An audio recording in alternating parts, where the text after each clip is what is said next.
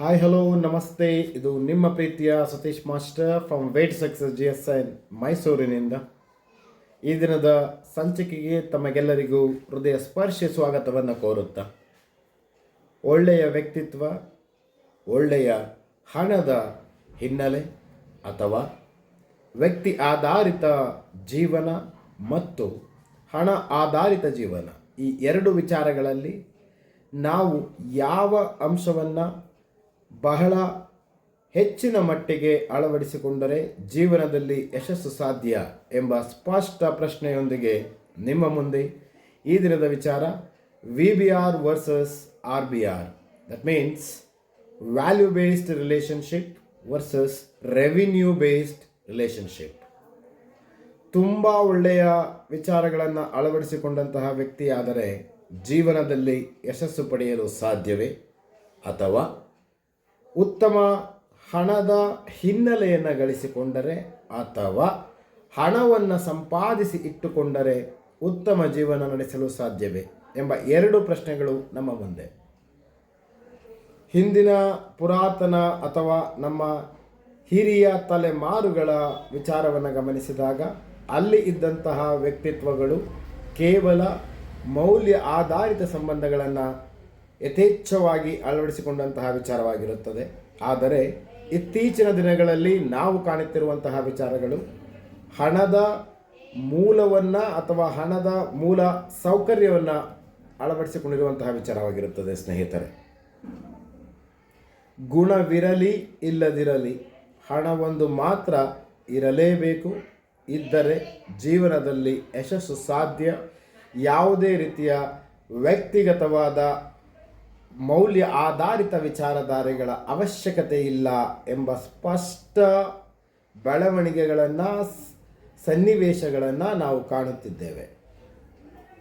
ಕಾರಣ ಇಷ್ಟೇ, ನನ್ನ ತಂದೆ ಮಾಡಿದಂತಹ ಹೆಸರು ಅಥವಾ ನನ್ನ ತಂದೆ ಗಳಿಸಿ ಇಟ್ಟಂತಹ ಹಣ, ಆಸ್ತಿ ಅಥವಾ ಸಂಪತ್ತು, ಈ ಎರಡು ವಿಚಾರಗಳನ್ನು ತೆಗೆದುಕೊಂಡಾಗ ತಂದೆಯ ಗುಣದ ಆಸ್ತಿಗಿಂತ ಹೆಚ್ಚಾಗಿ ತಂದೆ ಗಳಿಸಿದಂತಹ ಹಣದ ಆಸ್ತಿ ನಮ್ಮ ಅಸ್ತಿತ್ವವನ್ನು ಅಥವಾ ನಮ್ಮ ಮೌಲ್ಯವನ್ನು, ಅದು ಬಹಳ ಪ್ರಮುಖವಾಗಿ ಸಮಾಜದಲ್ಲಿ ನಮ್ಮ ಮೌಲ್ಯವನ್ನು ಎತ್ತಿ ಹಿಡಿಯುತ್ತದೆ ಎಂದರೆ ತಪ್ಪಾಗಲಾರದು.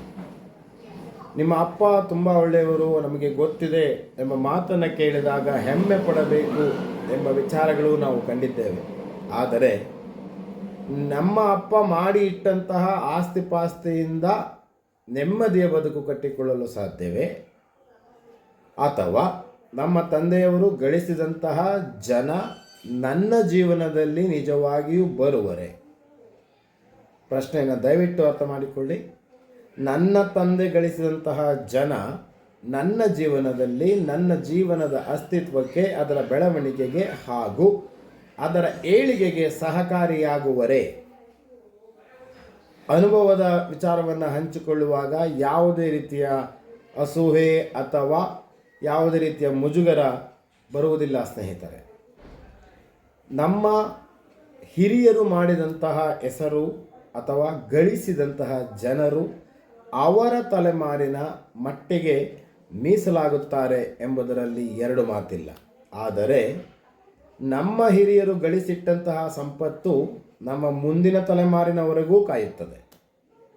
ಅಂದರೆ ನಿರ್ಜೀವ ಹಣಕ್ಕೆ ಇರುವಂತಹ ಬೆಲೆ ಜೀವಂತ ವ್ಯಕ್ತಿ ಹೊಂದಿರುವಂತಹ ಗುಣಕ್ಕೆ ಇರುವುದಿಲ್ಲ. ಅದು ಸ್ವಂತ ಅನುಭವ ಹಾಗೂ ಬಹಳಷ್ಟು ಮಂದಿಗೆ ಆಗಿರುವಂತಹ ಅನುಭವವೇ ಆಗಿರುತ್ತದೆ ಎಂಬ ನಮ್ಮ ಅನಿಸಿಕೆ ನಿಮ್ಮ ಮುಂದೆ. ತಂದೆ ಮಾಡಿಟ್ಟಂತಹ ಜಮೀನು, ತೋಟ, ಮನೆ, ಹಣ, ಬ್ಯಾಂಕ್ ಬ್ಯಾಲೆನ್ಸ್ ಎಲ್ಲವೂ ಕೂಡ ನಮಗೆ ಮತ್ತು ನಮ್ಮ ಮುಂದಿನ ತಲೆಮಾರಿಗೆ ಉಪಯೋಗವಾಗುವುದರಲ್ಲಿ ಸಂಶಯವಿಲ್ಲ. ಪಿಟಿಷನ್ಗಳನ್ನು ಗಮನಿಸಿದಾಗ ಅಥವಾ ಯಾವುದೋ ಒಂದು ಕೋರ್ಟ್ ಕಚೇರಿ ವಿಚಾರವನ್ನು ತೆಗೆದುಕೊಂಡಾಗ ತಂದೆ ಗಳಿಸಿಟ್ಟಂತಹ ಹಣದ ವಿಚಾರಕ್ಕೆ ಮೊಕದ್ದಮೆಗಳನ್ನು ಹೂಡಿರುತ್ತಾರೆ ಹೊರತು ತಂದೆ ಗಳಿಸಿದಂತಹ ಗುಣದ ವಿಚಾರಕ್ಕಲ್ಲ. ಅಂದರೆ ಮೌಲ್ಯಕ್ಕೆ ಬೆಲೆನೇ ಇಲ್ವ? ಹಾಗಾದರೆ ಖಂಡಿತವಾಗಿಯೂ ಆ ಥರ ಅಂದುಕೊಳ್ಳುವ ಅವಶ್ಯಕತೆ ಇಲ್ಲ. ಮೌಲ್ಯ ತನ್ನದೇ ಆದ ಬೆಲೆಯನ್ನು ಇವತ್ತಿಗೂ ಉಳಿಸಿಕೊಂಡಿರುತ್ತದೆ.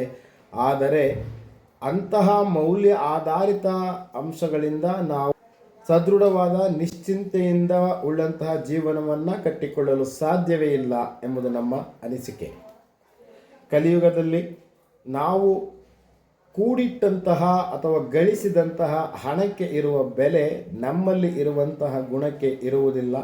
ಬರೀ ಬಾಯಿ ಮಾತಿಗಷ್ಟೇ ಗುಣದ ಹೊಗಳಿಕೆ ಅಥವಾ ಗುಣದ ಮೇಲ್ತೋರ್ಪಡಿಕೆ ಕಾಣಬಹುದು. ನಮ್ಮ ಕಷ್ಟಕ್ಕೆ ಬಂದು ನಿಲ್ಲಲು ನಾವು ಗಳಿಸಬೇಕಾಗಿರುವುದು ರೆವಿನ್ಯೂ ಬೇಸ್ಡ್ ರಿಲೇಷನ್ಶಿಪ್ ಖಂಡಿತವಾಗಿಯೂ.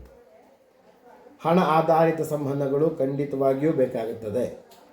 ಆ ಹಣ ಆಧಾರಿತ ಸಂಬಂಧಗಳಲ್ಲಿ ನಾವು ಏರುಪೇರುಗಳನ್ನು ಕಂಡುಕೊಂಡರೆ ನಮ್ಮ ಮುಂದಿನ ಭವಿಷ್ಯ ಅಥವಾ ಪ್ರಸ್ತುತ ಪರಿಸ್ಥಿತಿಯಲ್ಲಿ ಏರುಪೇರುಗಳು ಉಂಟಾಗುವುದರಲ್ಲಿ ಯಾವುದೇ ಸಂಶಯವಿಲ್ಲ.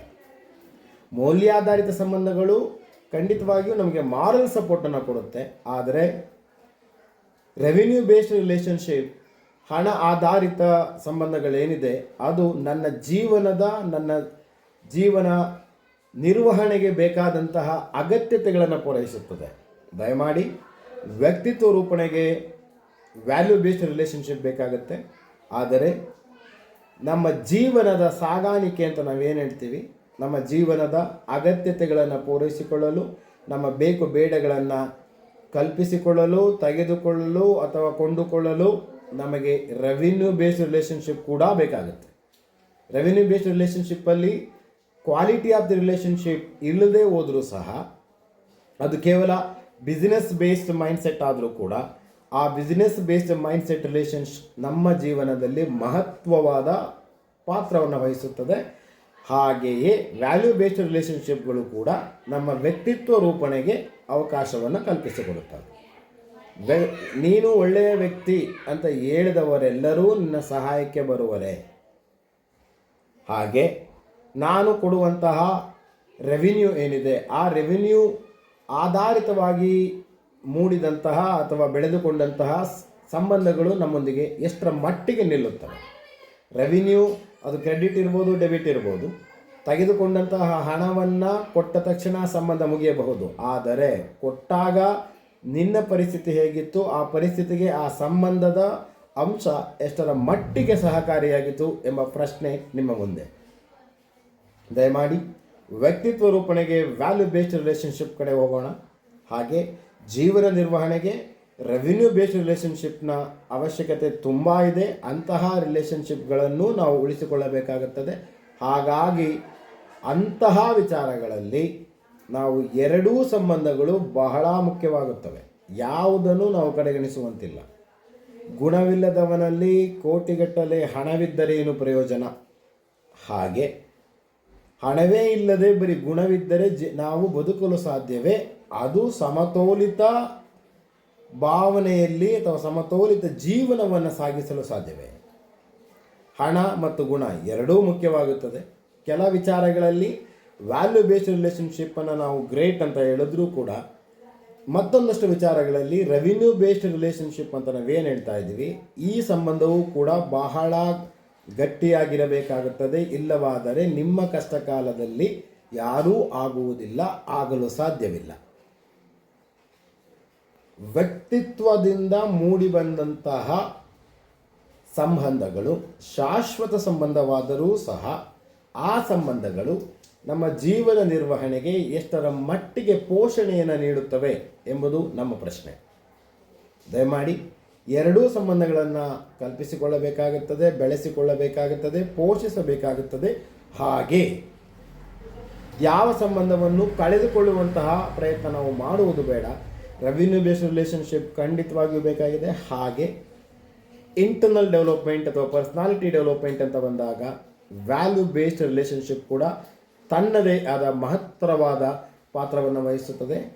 Kindly maintain both VBR as well as RBR to maintain the balance in the life, and to lead a happy life we need both, neither VBR nor RBR. Through this we are signing out from the channel Way to Success GSN from Mysore by Satish Master. Kindly subscribe the channel if you like the content. Thank you so much.